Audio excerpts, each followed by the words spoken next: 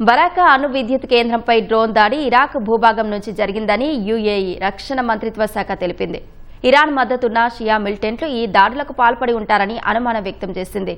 ఈ నెల 17న యుఏఈలోని బరాకా అణు విద్యుత్ కేంద్రం సమీపంలో డ్రోన్ దాడి జరిగింది. దాడి కారణంగా ప్లాంట్ ఆవరణలోని ఎలక్ట్రికల్ జనరేటర్ వద్ద మంటలు చెలరేగాయి. ప్లాంట్ లోపల ప్రధాన అణు రియాక్టర్లకు నష్టం జరగలేదని యుఏఈ స్పష్టం చేసింది.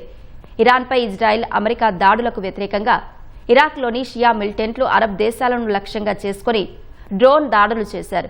శాంతి చర్చల్లో పురోగతి సాధించేందుకు ఇరాన్కు కొన్ని రోజులు సమయం ఇవ్వడానికి సిద్ధంగా ఉన్నట్లు అమెరికా అధ్యక్షుడు డొనాల్డ్ ట్రంప్ తెలిపారు. వచ్చే వారం ప్రారంభం వరకు సమయం ఇస్తానని ఆయన చెప్పారు. అటు అమెరికా నేవీ దిగ్బంధనం కొనసాగుతున్న హర్ముజ్ జలసంధిలో నౌకల రాకపోకలు గత వారం కొంత పెరిగాయని మారిటైమ్ డాటా సంస్థ లాయిడ్స్ లిస్ట్ ఇంటెలిజెన్స్ తెలిపింది.